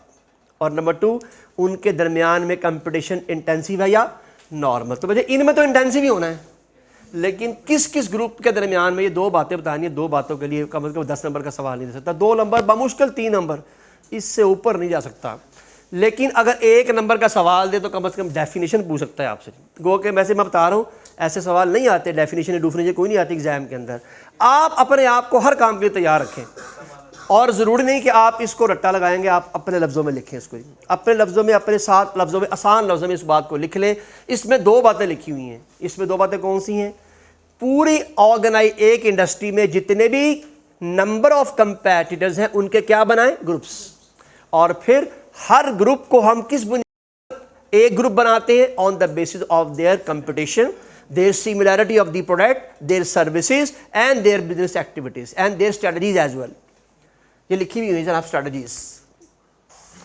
The entities that same industry have the similar strategies. उनकी स्ट्रेटजीज भी सेम होती हैं। बच्चे स्ट्रेटजीज क्या होती हैं? Way of action. स्ट्रेटजीज की डेफिनेशन क्या है बच्चे? वे ऑफ एक्शन, यानी काम करने का अंदाज। स्ट्रेटजीज की डेफिनेशन क्या होती है? काम करने का अंदाज, वे of action, line of action भी कहते हैं, वे ऑफ एक्शन भी कहते हैं, लेकिन ये डेफिनेशन सिर्फ कैफ लेवल तक है। इंशाल्लाह जब आप सी फैब की कैटेगरी में जाएंगे तो फिर वहाँ आपको इस डेफिनेशन में इन्हेंसमेंट करनी पड़ेगी। आप वहाँ पर कहेंगे a way of action for the long term decision making, फिर वहाँ डेफिनेशन इन्हेंस हो जाएगी। यहाँ अभी फिलहाल इतनी है कैफ लेवल तक। जी बच्चे, एक और बड़ा ही खूबसूरत concept, market gap and strategic space. अब बच्चे ये है काम की चीज़, सबसे काम की चीज़ बिजनेसमैन के लिए। एक बात बताइए, जब आप काम कर रहे होते हैं ऑर्गेनाइजेशन के अंदर, हमने अभी थोड़ी देर पहले कहा है सेम प्रोडक्ट या डिफरेंट प्रोडक्ट, मुझे बताइए दोनों में क्या फर्क महसूस कर रहे हैं आप?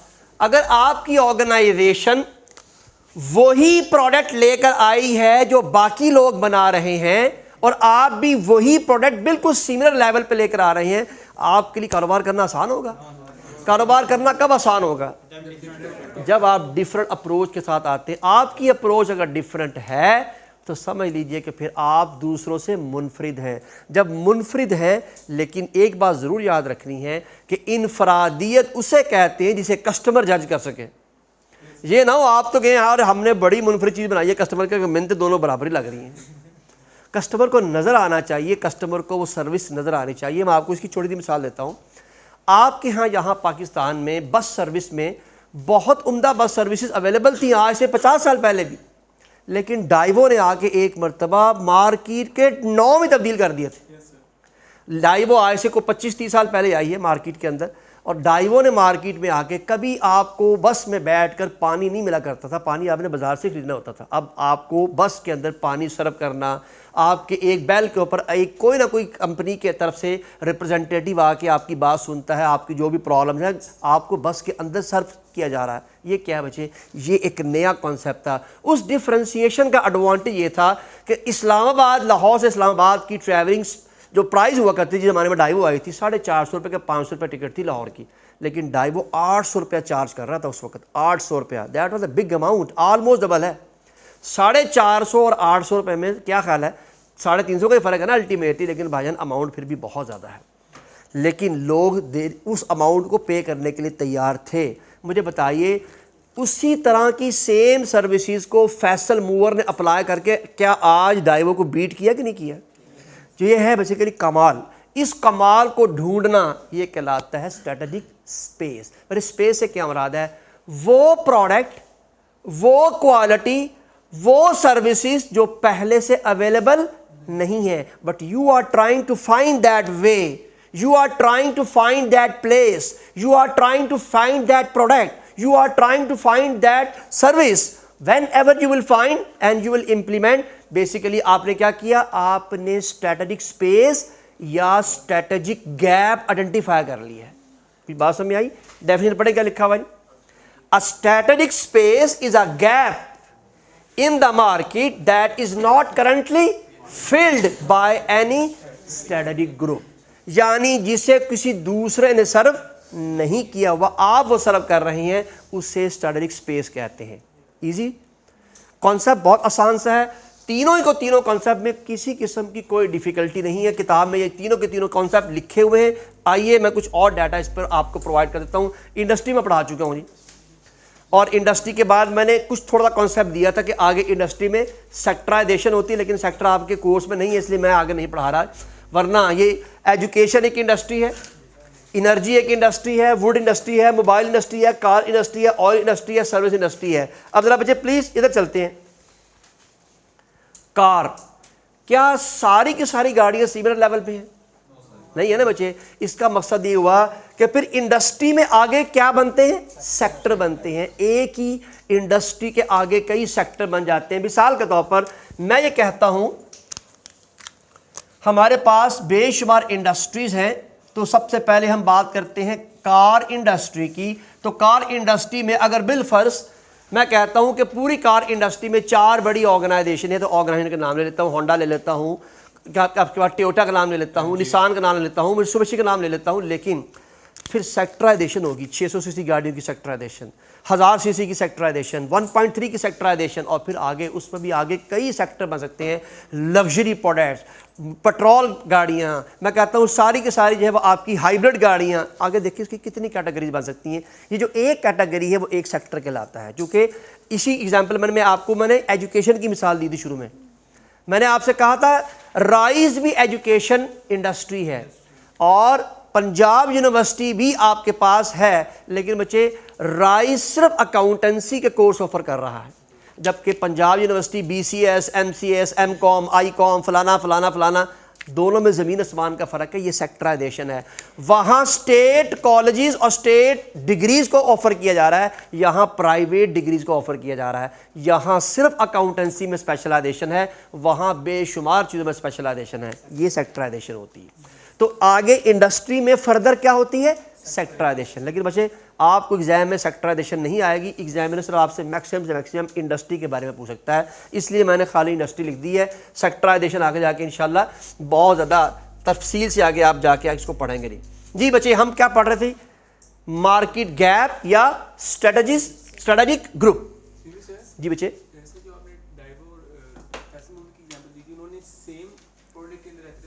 नहीं बच्चे, वो बाद में डाइवो ने जो है बेसिकली डाइवो ने तो सेम नहीं किया, डाइवो ने तो स्ट्रेटेजिक ग्रुप पे काम किया था। हाँ, बाद में असल में हुआ ये है कि फैसल मूवर ने कुछ और चीज़ें आइडेंटिफाई करके, यानी पहले उसको फॉलो किया, आगे जाके अब तो आपके पास कोर्स में यहाँ तो नहीं है, आगे जाके इंशाल्लाह आप सी फैम में जहाँ पे एक चीज़ पढ़ेंगे, क्या नाम कहते हैं, हाइपर कंपटीशन क्या होता है। हाइपर कंपटीशन का तरीकाकार ये है कि पहले जो कामयाब बंदा है उसको फॉलो करो, फॉलो करते करते उसकी बराबरी में आओ, और बराबरी के बाद फिर डिफ्रेंशिएशन कर दो। इस वक्त जितनी अच्छी लग्जरी कोच इस वक्त फैसल मूवर के पास है, आपके डाइवो के पास नहीं है। आप उनका, और इस वक्त जो सर्विसेज वो दे रहे हैं, उनके पास VIP लॉन्च है, इनके पास VIP लॉन्च भी नहीं है। सबसे कमाल में डाइवो एक चीज़ में एज ले रहा है, सिर्फ डाइवो के पास जो उनकी बुकिंग सिस्टम है वो सारा टेक्नोलॉजिकल बेस है। उनकी बुकिंग आप जहाँ की मर्जी करवा लें अपने सॉफ्टवेयर के थ्रू, उनकी बुकिंग हो जाती है। फैसल मूवर सिर्फ बड़े बड़े डेस्टिनेशन को दिखता है, लाहौर से मुल्तान देख लेगा, लाहौर से आपको कराची ले जाएगा। अगर आप दरमियान में किसी का आपने बिहाड़ी उतरना है, कहीं और जगह उतरना है, वो आपको उसका ऑप्शन देता नहीं उनका सॉफ्टवेयर।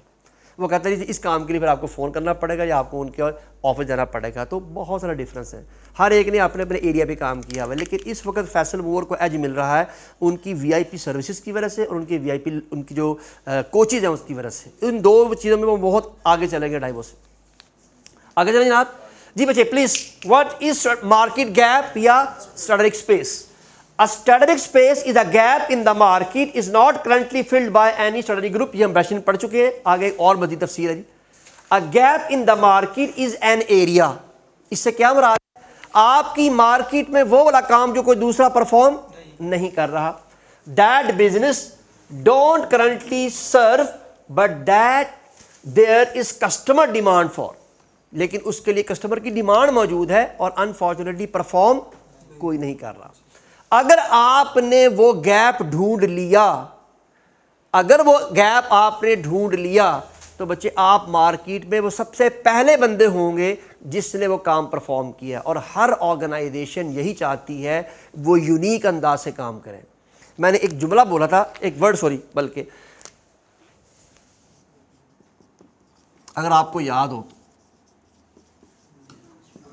जी, मैंने कहा था ये टेक्निक, ये टर्मिनोलॉजी है मैनेजमेंट की, फर्स्ट मूवर। इससे मुराद है आपने सबसे पहले ये स्टेप लिया है। तो जो बंदा सबसे पहले ये स्टेप ले रहा होता है, हकीकत में उसने स्ट्रेटेजिक स्पेस ढूंढ ली है, उसने मार्केट गैप ढूंढ लिया है कि मार्केट में गैप कहाँ है जो ये काम करने में कामयाब हो गया। तो ये है क्या? एनालिसिस है ना बच्चे, ये भी एक एनालिसिस है। आपको बड़ी मेहनत करनी पड़ेगी कि मार्केट में क्या चीज़ अवेलेबल नहीं है, कौन सी सर्विस अवेलेबल नहीं है जो मैं परफॉर्म करूं तो मार्केट में सबसे बेहतर अंदाज से अपने आप को मनवा सकता हूं। So this could be new and unique product और services open in new window that has not previously existed or in new way of delivering an existing services, यानी ये चीज़ ना पहले से अवेलेबल है सर्विस के अंदाज में, क्वालिटी के अंदाज में। अब आपने सब्स्टिट्यूट प्रोडक्ट पढ़ ली हुई है, आप लोगों ने सब्स्टिट्यूट प्रोडक्ट पढ़ ली हुई है, अब आपको पता होना चाहिए कि डिफ्रेंशिएशन कैसे कैसे की जा सकती है। या आप अपनी प्रोडक्ट की सर्विस के ज़रिए, प्रोडक्ट की क्वालिटी के ज़रिए, प्रोडक्ट के मटेरियल के ज़रिए और प्रोडक्ट की टेक्नोलॉजी के ज़रिए, बातें याद है ना सारी, ये है। अब आप हमेशा ज़िंदगी में इसी को इस्तेमाल करेंगे जब भी आपने प्रोडक्ट में डिफ्रेंशिएशन करनी है। डिफ्रेंशिएशन किसी भी चीज़ में की जा सकती है और मैंने कहा था कि वो चीज़ विजिबल हो, कस्टमर को नज़र आए, वो चीज़ कस्टमर को बाकायदा एहसास हो कि हाँ वाक़तन इसमें एक बहुत बड़ा गैप हमारे सामने मौजूद है।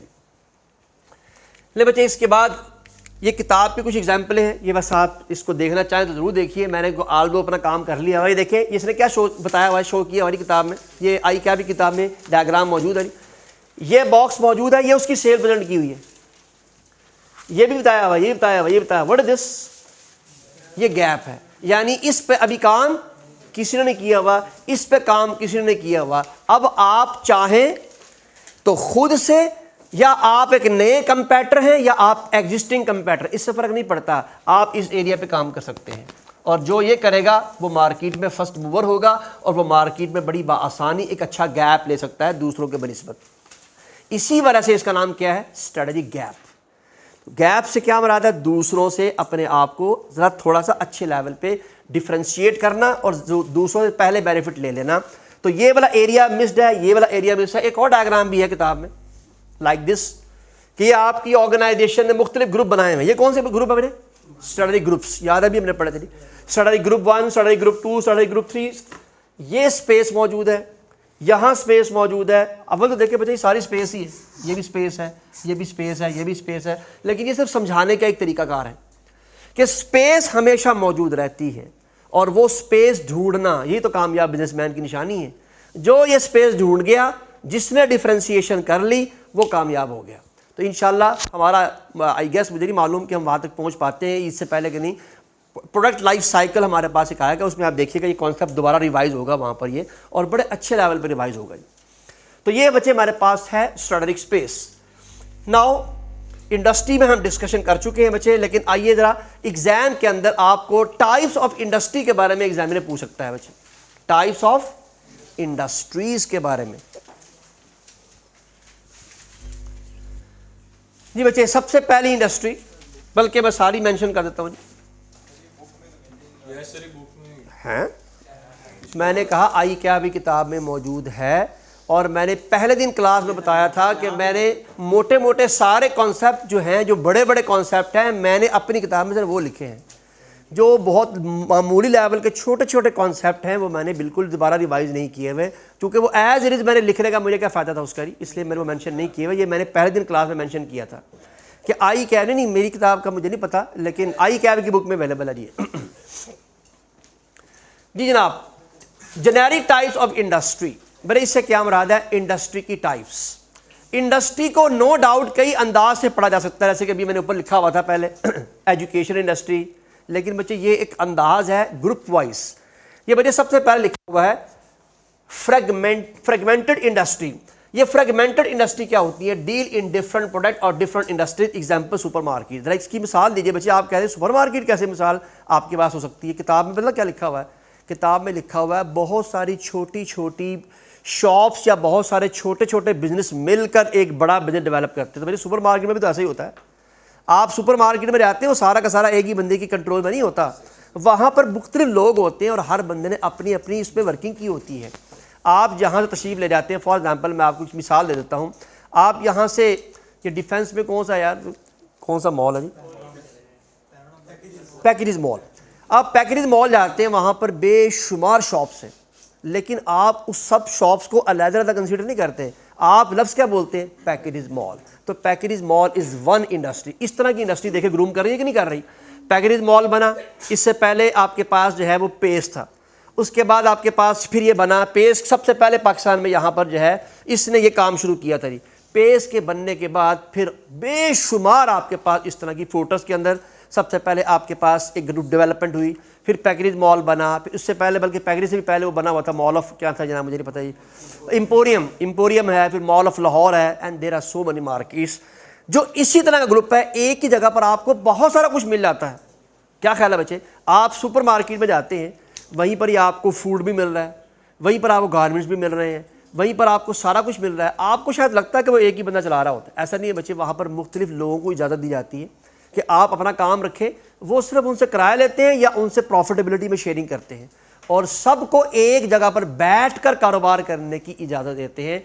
ये एक मार्केट बन चुकी है और बल्कि एक इंडस्ट्री बन चुकी है। पहले इंडिपेंडेंसी का कॉन्सेप्ट था, अब इंडिपेंडेंसी का कॉन्सेप्ट से दुनिया निकल चुकी है।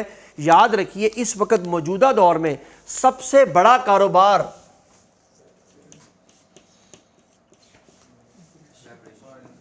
कोलैबोरेशन, ये दुनिया इस वक्त चल ही कोलैबोरेशन पर ही है। इस वक्त मौजूदा दौर में दुनिया के अंदर कामयाब तरीन बिजनेस कोलैबोरेशन का है। लोग आपस में मिलते हैं, कोलैबोरेशन करते हैं। गो के कोलैबोरेशन की बेशुमार किस्में हैं, और वो किस्में इंशाल्लाह आगे जाके आप C-FAM में पढ़ेंगे। ज्वाइंट वेंचर कॉन्सेप्ट होता है, स्ट्रेटेजिक अलायंस होता है, उसके अलावा ज्वाइंट वेंचर के साथ साथ आपके पास फ्रेंचाइजिंग का कॉन्सेप्ट है, फिर आपके पास एक्विजिशन का कॉन्सेप्ट है, मर्जर का कॉन्सेप्ट है। There are so many concept. हमारे यहाँ कोर्स में ये सब कुछ नहीं है, इसलिए फिलहाल अब हम इसको डिस्कस भी नहीं करेंगे। लेकिन ये सब किसकी किस्में हैं? कोलैबोरेशन की किस्में हैं। बहुत सारे लोग मिलकर किसी तरह से कारोबार को परफॉर्म कर रहे होते हैं, वो कोलैबोरेशन कहलाती है। जी बच्चे, फ्रैगमेंटेड समझ में आ गए बच्चे? अब किताब की बात को भी समझ लीजिए। मैंने क्या बताया, किताब में लिखा हुआ छोटी छोटी ऑर्गेनाइजेशनें मिलकर एक ग्रुप बना लेते हैं, तो यही वो ग्रुप है सुपर मार्केट करी। नंबर 2, इमर्जिंग इंडस्ट्री, जो नई नई इंडस्ट्री मार्केट में आ रही होती है उसे हम इमर्जिंग कहते हैं।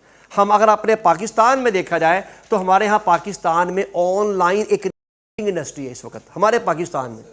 इससे पहले ये कोविड ना आता तो शायद हम पाकिस्तानी ऑनलाइन पे कभी स्विच भी ना करते। ये कोविड ने हमें ऑनलाइन पे स्विच कर दिया है, वरना हम यही सोचते रहते थे अच्छा यार ऑर्डर देंगे, ये तार में से प्रोडक्ट आएगी कैसे। हम तार ही की बात समझते रहते थे कि शायद तार में से प्रोडक्ट आनी है, वरना होता क्या है बच्चे, ऑनलाइन सिर्फ ऑर्डर जाता है, बाकी सारा काम सेम वही रहता है जो फिजिकल अंदाज होता है। समझिए सर बात, ऑर्डर जब आपका जाता है ना, सिर्फ ऑर्डर ऑनलाइन जाता है, बाकी सारा काम आपका फिजिकल होता है। वहाँ बाकायदा प्रोडक्ट बनती है, बाकायदा डिस्पैच होती है, बाकायदा ट्रांसपोर्ट होती है, आप घर तक आती है। सिर्फ आपका ऑर्डर ऑनलाइन जाता है, आपके आने जाने का सिर्फ एक टाइम बचाया होता है इस जो है बेसिकली सिस्टम ने। तो हम ये नहीं कहेंगे कि पूरी दुनिया में ऑनलाइन एक इमर्जिंग है, दुनिया में और बेशुमार इंडस्ट्रीज बन रही हैं। पाकिस्तान की बात कर रहा हूँ, पाकिस्तान में इस वक्त जो इमर्जिंग इंडस्ट्री है वो ऑनलाइन है। हर दूसरा बंदा ऑनलाइन काम करने के बारे में सोच रहा है और ये एक पूरी इंडस्ट्री बन चुकी है। अब मैच्योर इंडस्ट्री बच्चे, वो इंडस्ट्रीज जो आहिस्ता आहिस्ता अब ख़त्म होने वाली हों। मैंने आपको कहा था कि मैच्योरिटी डिक्लाइन से पहले आती है, मैच्योरिटी डिक्लाइन से पहले आती है। इंसान की भी 4 हालतें हैं, बचपन, जवानी, फिर 55 और उसके बाद फिर बुढ़ापा। नहीं, शहादत तो आपको मिलेगी इंशाल्लाह, अल्लाह ने चाहा तो। आमीन, अल्लाह करे जी। लेकिन इनके बारे में एक मशहूर भी है, बड़ा अच्छा शायर था, उसने कहा था कि दिल तो चाहता है कि हो जाऊं शहीद, पर सुना है जालिम जान से मार देते हैं। तो ये वो वाली शहादत ना हो गई, बाकी जान देने वाली शहादत हो। तो हमारे पास मैच्योर इंडस्ट्री की बात हो रही थी कि मैच्योर इंडस्ट्री वो इंडस्ट्री होती है जो ऑलमोस्ट रेडी फॉर डिक्लाइन होती है। बस हमारे पास, तो मैं अर्ज़ कर रहा था कि इंसान की भी 4 हालतें हैं ना, एक बचपन है और इसके बाद इंसान की जो है वो एक जवानी है, जवानी के बाद फिर मैंने बताया कि मैच्योरिटी एज ही होती है और उसके बाद फिर बुढ़ापा जिसको आप ओल्ड एज कहते हैं। याद रखिए इंडस्ट्री और ऑर्गेनाइजेशन की भी यही 4 हालतें होती हैं। जो आपकी आपने मैंने अभी मिसाल दी है आपको बचपन की, उसको वहाँ पर कहा जाता है नहीं इंट्रोडक्शन, उसको इंडस्ट्री के एंगल से क्या कहा जाता है, इंट्रोडक्शन। और जब इंसान की जवानी होती है तो वहाँ पर इंडस्ट्री को कहा जाता है ग्रोथ। इंसान जब जो है एक ख़ास एज में एक एज जैसा लगना शुरू हो जाता है, जिसकी एज में मैं हूँ अल्हम्दुलिल्लाह, इसे मैच्योरिटी एज कहते हैं। इसके बाद क्या है, बुढ़ापा ये इसके बाद, और उसे वहाँ पर डिक्लाइन कहा जाता है। तो बिजनेस के 4 स्टेप होते हैं, introduction, growth, maturity and decline. और रिसेशन को उसी को कहते हैं बच्चे, डिक्लाइन को रिसेशन कहते हैं। बस फ़र्क ये है, अगर इंडस्ट्री लाइन के बाद अगर आप पढ़ रहे हो ना इंडस्ट्री लाइफ साइकिल, तो वहाँ पर रिसेशन का लफ्ज़ इस्तेमाल होता है, और अगर आप बिजनेस लाइफ साइकिल पढ़ रहे हो तो वहाँ डिक्लाइन का लफ्ज़ इस्तेमाल होता है। एक ही चीज़ है जी। तो हम मेच्योरिटी इंडस्ट्री की बात करते हैं बच्चे, ऐसी इंडस्ट्री जो ऑलमोस्ट ख़त्म होने वाली हैं, जो इस वक्त कमा तो रही हैं, बहुत ज़्यादा बेनिफिट ले रही हैं, लेकिन एक वक्त आने वाला है वो ख़त्म होगी। अब ये बच्चे, जब तक हमारे पास कोई प्रैक्टिकल एग्जांपल हमारे सामने मौजूद ना हो, हम उस वक्त तक इसकी बात नहीं कर सकते। लेकिन अगर मैं आपको एक छोटी सी मिसाल दूँ, पूरी दुनिया में इस वक्त पेट्रोल कार इंडस्ट्री मेच्योरिटी पे है, बहुत बिक रही है। नहीं बच्चे, अभी डिक्लाइन में नहीं आई, अभी बहुत बिक रही है, लेकिन एक वक्त आने वाला है, अभी भी लोग 100% बैटरी गाड़ी नहीं खरीद रहे, इसलिए कि बैटरी की चार्जिंग के बहुत सारे मसाइल हैं। क्योंकि पेट्रोल का अल्टरनेटिव आपके पास मौजूद है, रास्ते में कहीं पेट्रोल ख़त्म हो गया, आप एक जो है कहीं ना कहीं से एक बोतल पकड़ते हैं, लाते हैं, लेकिन बैटरी ख़त्म हो गई, ख़राब हो गई, तो आपका देयर इज़ नो वे। इसलिए लोग इतना बड़ा रिस्क नहीं ले सकते अभी। लॉन्ग टर्म ट्रैवलिंग के लिए अभी भी बैटरी वाली गाड़ी को इस्तेमाल नहीं किया जा रहा। हाँ, शहरों में इस्तेमाल करने के लिए लोग जो है वो अभी भी बैटरी को इस्तेमाल कर रहे हैं। जी बच्चे, तो वापस आते हैं। मैंने कहा इस वक्त मिसाल के बगैर हम इसको नहीं लेंगे, लेकिन एक मिसाल हमारे पास मौजूद है कि इस वक्त पूरी दुनिया के अंदर पेट्रोल गाड़ियों की मेच्योरिटी है, बिक बहुत रही है, लेकिन आइंदा आने वाला दौर किसका है बच्चे? हाइब्रिड गाड़ियों का और बैटरी वाली गाड़ियों का। लेकिन जो सबसे कमाल है इस वक्त वो है बच्चे सोलर एनर्जी सिस्टम, जिसकी बुनियाद पर, लेकिन बच्चे आपको मालूम है सोलर एनर्जी सिस्टम के भी बैकएंड्स हैं या उसकी भी प्रॉब्लम्स हैं। स्पेशली अलास्का जैसे मुल्कों में कैसे चलेगा? अलास्का में तो वहाँ 6 महीने वहाँ वैसे रात रहती है, वहाँ कैसे चलेगी? तो उनके लिए मिसाल है। अलास्का में बैटरी भी नहीं चल सकती, वो इतनी ठंडक होती है, बैटरी वैसे फारग हो जाती है, वहाँ पेट्रोल के बगैर गुजारा नहीं होना। तो लेकिन हम तो बात कर रहे हैं इस वक्त पूरे वर्ल्ड की। तो पूरे वर्ल्ड के अंदर बहुत सारे इस वक्त जो है, अगर मैं ये कहूँ कि वर्ल्ड में इस वक्त इमर्जिंग इंडस्ट्री कौन सी है, तो आप कहेंगे बैटरी कार्स। ये पूरी की पूरी इंडस्ट्री है ना बच्चे। और मेच्योरिटी में मैंने कहा पेट्रोल की गाड़ियाँ जो है वो आहिस्ता आहिस्ता डिक्लाइन में चली जाएंगी। अभी फिलहाल डिक्लाइन नहीं है, अभी मेच्योरिटी है, मेच्योरिटी में एक अच्छा लेवल होता है। The last point, declining industry जो बिल्कुल ख़त्म होने वाली है। पाकिस्तान में साइकिल की इंडस्ट्री ऑलमोस्ट तकरीबन तबाह हो चुकी है, वरना किस ज़माने में पाकिस्तान में 2 बड़ी साइकिल की इंडस्ट्रीज में, एक सोहराब और एक ईगल, ये 2 बड़ी पाकिस्तान के अंदर बहुत अच्छे लेवल पे। अब ईगल भी मोटरसाइकिल बना रहा है, सोहराब भी मोटरसाइकिल बना रहा है। इसलिए अब पाकिस्तान में इस वक्त साइकिल नहीं बन रही। पाकिस्तान में साइकिल सारी की सारी इंपोर्ट हो रही है चाइना से, वरना किस ज़माने में पाकिस्तान खुद कफील था और ये इंडस्ट्री पाकिस्तान में खुद से बहुत अच्छे लेवल पे काम कर रही थी। लोग बाकायदा तौर पर साइकिल्स जो है वो इस्तेमाल करते थे अपने आप को फिट रखने के लिए भी और अपने इकोनॉमिक जो है वो ट्रैवलिंग के लिए। लेकिन आज के दौर में तो इंसान चाहता है कि फ्लैश हो, मैं बटन दबाऊँ, यहीं से बैठे बैठे क्लास में जाके बैठ जाऊँ, और वैसे ही मैं वहाँ से बटन दबाऊँ, दोबारा फिर घर पहुँच जाऊँ, मुझे कम से कम बाहर तक भी ना जाना पड़े। जो है क्या नाम कहते हैं, जैसे मैं अक्सर मजाक में कहता हूँ, पैरों में मेहंदी लगी हुई है कि नीचे उतरूँगा तो जनाब सारी की सारी मेहंदी तो ज़ाया हो जाएगी, ख़राब हो जाएगी। तो हमारा मिजाज, हम सुस्ती में, उसकी वजह क्या है बच्चे? जब ब्रायलर खाना है तो ब्रायलर जैसे होंगे ना हम, हमारा स्टाइल ये है, जो हम खाएंगे, जो हम ग़िज़ा इस्तेमाल करेंगे, फिर वैसा हमारा मिजाज भी तो होगा ना। सारा दिन हमने खाना है बर्गर, शवारमा, ठंडा शवारमा, गर्म शवारमा, बहुत बड़ा शवारमा, छोटा शवारमा, दरमियाना शवारमा, बस ये हमारा सारा दिन का हमारा फूड है जी। जब ये खाएंगे और उस फूड में है क्या? वो मरी हुई मुर्गी, वो बेचारी खुद नहीं हिल सकती, और वो हम बड़े शौक़ से खाते हैं। नहीं जनाब, डॉक्टर ने कहा हुआ है कि रेड मीट नहीं खाना, वाइट मीट खाना है। भाई इसके बजाय मछली खा लो भाई, तुमने ज़रूर यही खाना है। इतना बड़ा जो है वो अपने हाथ से हम जो है वो जहर अपने मुंह में उंडेलते हैं रोज़ाना। तो इससे बचें। बट ये कभी कभार हो जाता है, ठीक है, बड़ी अच्छी बात है। लेकिन हमारी नौजवान नस्ल वो सारी की सारी शिफ्ट हो चुकी है। अब मील से निकल के अब बर्गर फैमिली में कन्वर्ट हो चुकी है। या बर्गर खाना है, या पिज़्ज़ा खाना है, या शवारमा खाना है, या इसी तरह की मिलती जुलती कोई ना कोई बकवासियात जो है वो उन्होंने खानी है।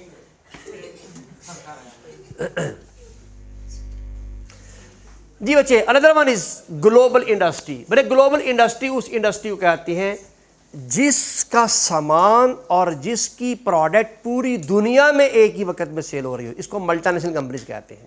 ये भी अब बाकायदा तौर पर एक ग्रुप बन रहा है, एक इंडस्ट्री बन रही है, और इसमें जो सबसे बड़ी सपोर्ट है वो ऑनलाइन की है। ऑनलाइन की वजह से दुनिया में अब एक माल एक जगह से छोड़े पूरी दुनिया में। पहले क्या होता था बच्चे, आज से 30-35 साल पहले आपको अपना कोई बंदा दूसरे मुल्क में भेजना पड़ता था, वो वहाँ जाता था, दूसरी कंपनी से ऑर्डर लेता था, सामान इंपोर्ट करता था, फिर आके लाके अपने मुल्क में भेजता था।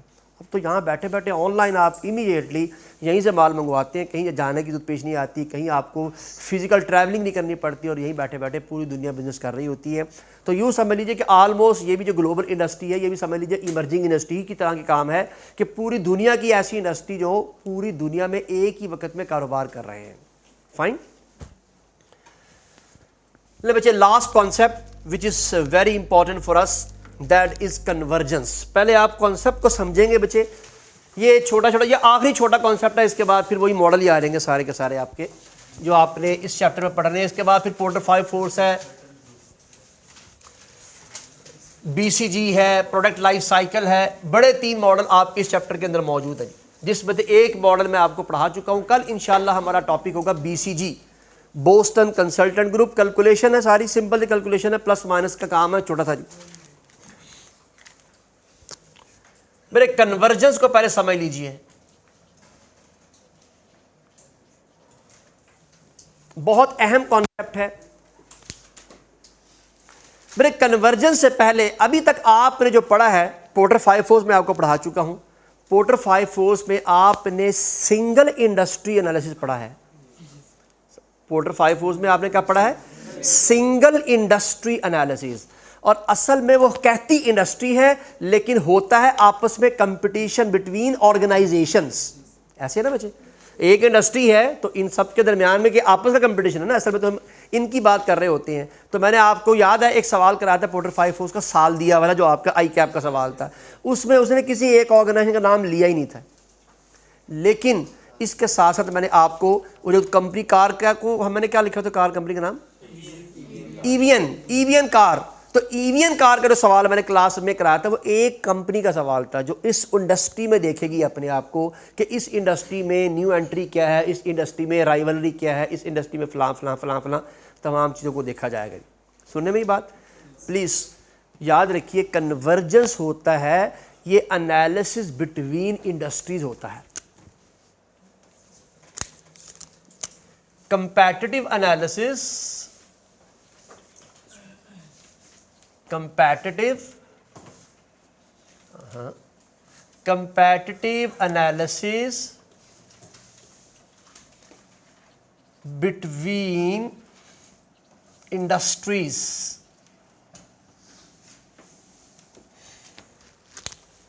ये बात याद रहेगी नहीं, बहुत आसान सा कॉन्सेप्ट है, बिल्कुल मुश्किल नहीं है। कन्वर्जेंस से क्या मुराद है? कन्वर्जेंस एक कॉन्सेप्ट है जो कि कंपटीशन को डिस्कस करता है बिटवीन इंडस्ट्रीज। अब इंडस्ट्री से क्या मुराद है? यहाँ कोई दूसरी इंडस्ट्री है, यहाँ कोई दूसरी इंडस्ट्री है, हालांकि एक इंडस्ट्री का दूसरी इंडस्ट्री से कोई मुकाबला नहीं होता, लेकिन ये मुकाबला भी प्रेजेंट किया गया है, ये भी एक थ्योरी पेश की गई है। आइए इस थ्योरी को समझते हैं और ये सवाल बाकायदा अप्लाइड हो सकता है, इसलिए कि डाटा को बहुत ज़्यादा नहीं है, लेकिन बच्चे इस पर थ्योरी बहुत तवील है। और हमें मालूम है, जैसे पोर्टर 5 फोर्स या पेस्टल हमने इतना सा पढ़ा था, हम सवाल बहुत बड़ा सॉल्व कर सकते हैं, जो कि वो कॉन्सेप्ट है। यहाँ भी ऐसे ही होगा, तो कॉन्सेप्ट पर ध्यान दीजिएगा। जितना आप इसको आसानी से समझ जाएंगे उतना ही आप जो है आपस में एक दूसरे को समझने में यानी वर्किंग करने में आसानी रहेगी। आइए मैं दोबारा आगाज़ लेता हूँ। What is convergence? An analysis between, या you can say a model which is used to analyze competitive analysis between industries। all of you, यानी ऐसा मॉडल जो मुख्तलिफ इंडस्ट्रीज के अंदर आपस में कंपटीशन को डिस्क्राइब करता है या उनको जज करता है या उसको एक्सप्लेन करता है, ये कन्वर्जेंस का काम है। मेरे इंडस्ट्रीज में 2 तरह के मुकाबले होते हैं, यानी इंडस्ट्रीज में 2 तरह का काम होता है। नंबर 1, एक इंडस्ट्री दूसरी इंडस्ट्री के मुकाबले में उसी तरह की प्रोडक्ट ले आती है। ये याद रखिएगा, ये सब्स्टिट्यूट प्रोडक्ट वाला कॉन्सेप्ट है। कौन सा कॉन्सेप्ट है?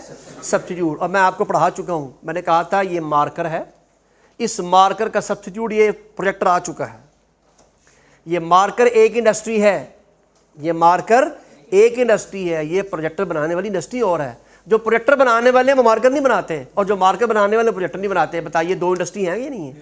अब देखिएगा ये फ़र्क आया। इससे पहले आप पढ़ रहे थे सिर्फ वन इंडस्ट्री एनालिसिस, अब आप पढ़ रहे हैं मल्टी इंडस्ट्री एनालिसिस कि जहां पर बहुत सारी इंडस्ट्रीज एक दूसरे के मुकाबले में खड़ी हो जाती हैं। तो मैं ये कह रहा हूं, एक लफ्ज लिखने लगा हूं, आप भी जरा इसको ध्यान रखिएगा, और इसको कहते हैं डिफरेंशिएशन।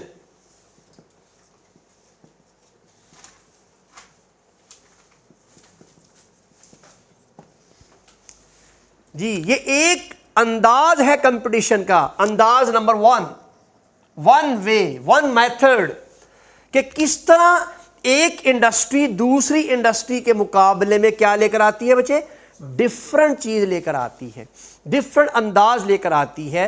इससे हम सब्स्टिट्यूट कहते हैं, किताब में सब्स्टिट्यूट लिखा हुआ है, तो मैंने सिर्फ आपको समझाने के लिए क्या लफ्ज लिखा है, डिफरेंशिएशन। अभी इंशाल्लाह मैं बुकिश इंफॉर्मेशन भी आपके सामने रखूंगा, किताब से क्या कह रही है, सब्स्टिट्यूट।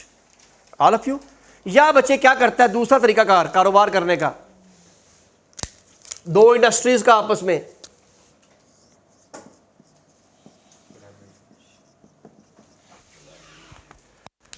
दो इंडस्ट्रीज आपस में कोलैबोरेशन कर लेती हैं, क्यों नहीं, दोनों समझ में आई। आइए अब मिसालें लेते हैं, क्योंकि ये दोनों अंदाज मुख्तलिफ हैं। पर हम कंपटीशन एनालिसिस रहे हैं, यहां सारे कंपेटिटर इंडस्ट्रियां इकट्ठी हो जाएंगी और यहां एक इंडस्ट्री दूसरी इंडस्ट्री के मुकाबले में एक प्रोडक्ट लेकर आएगी। आइए दोनों की मिसाल अलग अलग लेते हैं। इसकी मिसाल पर ले लेते हैं, ज़रा आसान है। मेरे आपको मैं एक सबसे बड़ी एग्जांपल देता हूं।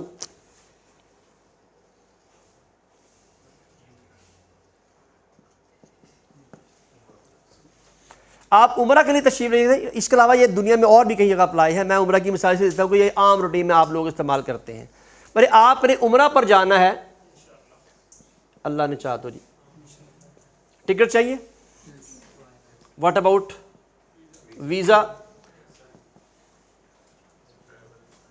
ट्रांसपोर्ट,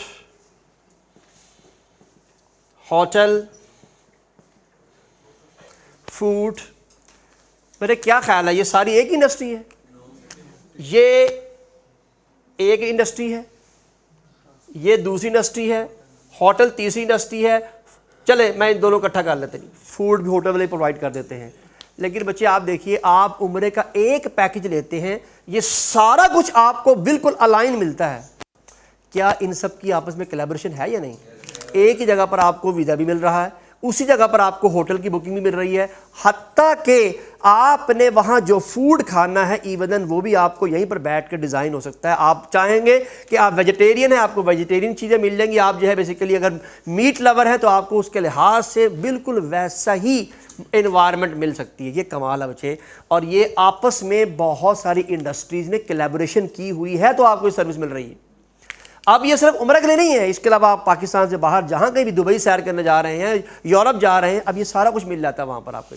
हत्ता कि उम्रा में तो मैंने आगे फर्दर कोई चीज़ इस्तेमाल नहीं की। मिसाल के तौर पर आपने पाकिस्तान से बाहर इटली जाना है, वहाँ पर आपको मालूम है वेनिस एक बहुत बड़ा उनका शहर है, वहाँ की जो आपको टिकट्स हैं वो यहाँ बैठे बैठे मिल जाती हैं। जो वहाँ पर जो बोट्स है ना, जो बोट्स की टिकट वहाँ पर गवर्नमेंट की बोट चलती है, प्राइवेट भी चलती हैं, वो सारी की सारी टिकट्स आपको यहाँ बैठे मिल जाती हैं। आपने पाकिस्तान से टर्की जाना है तो टर्की जाने के लिए पाकिस्तान में बैठे बैठे वहाँ पर उनके जितने भी फोर्ट हैं या जितने भी उनके आगे फर्दर उनकी एक्सकर्शन प्लेसेस हैं, सबकी टिकट यहाँ बैठ के मिल जाती है आपको।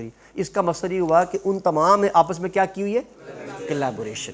तो ये देखिएगा मुख्तलिफ इंडस्ट्रीज़ की आपस में कोलैबोरेशन में पहला कॉन्सेप्ट कन्वर्जेंस का ये है। दूसरा कॉन्सेप्ट डिफरेंशिएशन, एक इंडस्ट्री दूसरी इंडस्ट्री के लिए क्या लेकर आ रही है, सब्स्टिट्यूट प्रोडक्ट। एक इंडस्ट्री दूसरी इंडस्ट्री के लिए क्या लेकर आ रही है, सब्स्टिट्यूट प्रोडक्ट। मेरे सबसे बड़ी मिसाल मैं आपको एक मिसाल देता हूं। आपको मालूम है कि पाकिस्तान के अंदर कैमरा एक बहुत बड़ी इंडस्ट्री थी जो आज शायद पूरी दुनिया में ख़त्म हो रही है। बल्कि अगर मैं ये कहूं कि डिक्लाइन इंडस्ट्री में भी कैमरा का नाम आ सकता है, वो डिक्लाइन इंडस्ट्री है। अब लोग कैमरा बाय नहीं करते। एक ज़माने में पूरी दुनिया में वॉकमैन कानों पे जो है वो लगा के छोड़ लगा के लोग अक्सर एक्सरसाइज के लिए, बाहर वॉक करने के लिए या कहीं भी सैर सपाटे के लिए जा रहे हैं, अपनी एक अलग से एंटिटी बना के अपने पास रखते थे। अब वो भी इस्तेमाल की जरूरत नहीं है। आपको मालूम है इन सब के मुकाबले में किस इंडस्ट्री ने इनको नुकसान पहुँचाया? वेरी गुड, मोबाइल इंडस्ट्री ने कैमरा, आपका वॉकमैन, आपकी वीडियो, आपकी गेम्स, पता नहीं कितनी इंडस्ट्री को तबाह करके रख दिया है। सिर्फ एक इंडस्ट्री ने, कैमरा, मोबाइल ने एक, बल्कि अब तो मेरा ख्याल है लोग टार्च भी नहीं खरीदते, टार्च भी कैमरे के अंदर आ रही है।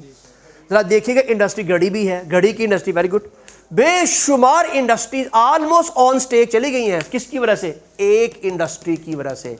तो याद रखिए, सम टाइम एक इंडस्ट्री दूसरी तमाम इंडस्ट्रियों के मुकाबले में ऐसी प्रोडक्ट लेकर आती है कि उनकी प्रोडक्ट बिकना बंद हो जाती है। वरना पाकिस्तान में, पूरी दुनिया में, कभी किस ज़माने में VCR बहुत बिकता था, अब आपके पास वो तमाम की तमाम सहूलतें आपके मोबाइल में मौजूद हैं। यहीं पर बैठ के आपको ऑनलाइन नेटफ्लिक्स के ऊपर आपको सारी वीडियो भी मिल जाती है, सारा कुछ आप वहाँ पर मूवी देख लेते हैं।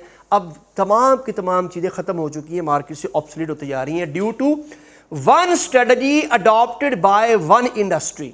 तो एक पूरी मोबाइल इंडस्ट्री ने दूसरी कई इंडस्ट्रीज को, ये 4 इंडस्ट्री के नाम में लिखे हैं, बिल्कुल जो है वो ज़मीन बोझ कर दी है। और इंडस्ट्री का मार्केट में नाम तो है, लेकिन कौन सी स्टेज पे है?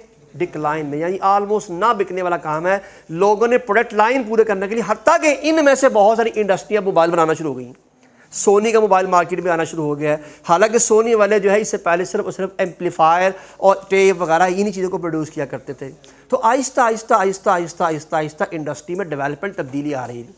अब बच्चे जी, मुझे डिक्लाइन तो आप ये नहीं कह सकते, लेकिन काफ़ी हद तक बच्चे अब वो ट्रेंड नहीं रहा। अब जो भी पहनता है शौकिया पहनता है, वरना किस ज़माने में ये ज़रूरत हुआ करती थी। नहीं जी, मुझे मालूम है जी, बहुत सारे लोगों को ज़रूरत होती है, लेकिन मैं फिर भी ऐसा कर रहा हूँ, वो टेंडेंसी नहीं है सेल की जो किस ज़माने में हुआ करती थी। अब बच्चे आखिरी कॉन्सेप्ट जो आप इन्हें बताना है कि ये बेसिकली डिफ्रेंशिएशन किस वजह से हुई। क्या ये कस्टमर डिमांड थी, या ये प्रोड्यूसर की अपनी क्रिएटिविटी थी? नहीं भैया नहीं, आपने फैसला नहीं करना।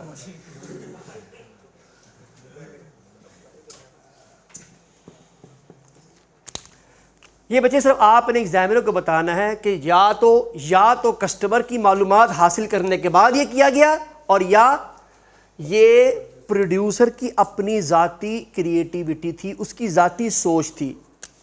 और इसी तरह कोलैबोरेशन भी ऐसे ही, या तो कस्टमर या प्रोड्यूसर। ये पूरा का पूरा टेबल कन्वर्जेंस का इस तरह से पूरा होता है कि आप बताएंगे कि कन्वर्जेंस में या तो एक इंडस्ट्री दूसरी इंडस्ट्री के मुकाबले में सब्स्टिट्यूट प्रोडक्ट लेकर आती है, और सब्स्टिट्यूट प्रोडक्ट का आइडिया या तो कस्टमर की मालूमात से हासिल किया गया, और या फिर वो कस्टमर की अपनी क्रिएटिविटी थी। अब अगर ये अप्लाइड सवाल आएगा तो इंशाल्लाह उसने बताया होगा कि ये आपने खुद बनाया। याद कीजिए, जो मैंने आपको सवाल दिया था पेस्टल का, उसमें प्रोफेसर जैक ने वो काम किया था, गवर्नमेंट ने कोई या कस्टमर ने नहीं बताई थी वो बात। याद है ना वो सवाल? तो वहाँ पर आप कह सकते थे कि वो प्रोड्यूसर की क्रिएटिविटी है। इनके लिए क्या लफ्ज़ इस्तेमाल होने बच्चे, जरा प्लीज एक बार देखते रहें।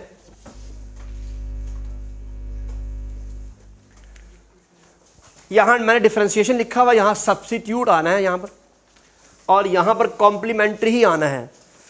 सप्लाई लेड, इससे मुराद है ये सप्लाई लेड कहलाएगा, ये सप्लाई लेड कहलाता है, और ये डिमांड लेड कहलाता है। डिमांड ही है ना। इसी तरह ये सप्लाई लेड और ये डिमांड लेड। यानी डिमांड लेड टर्मिनोलॉजी है, इसको एक्सप्लेन कैसे करेंगे? The customer information, customer requirement. और सप्लाई लेड को क्या कहेंगे? द प्रोड्यूसर्स एक्टिविटी, या ऑर्गेनाइजेशन या बिजनेसमैन की कोई एक्टिविटी है या उसकी कोई क्रिएटिविटी है जिसकी बुनियाद पर इसको मैनेज किया गया। And thank you very much.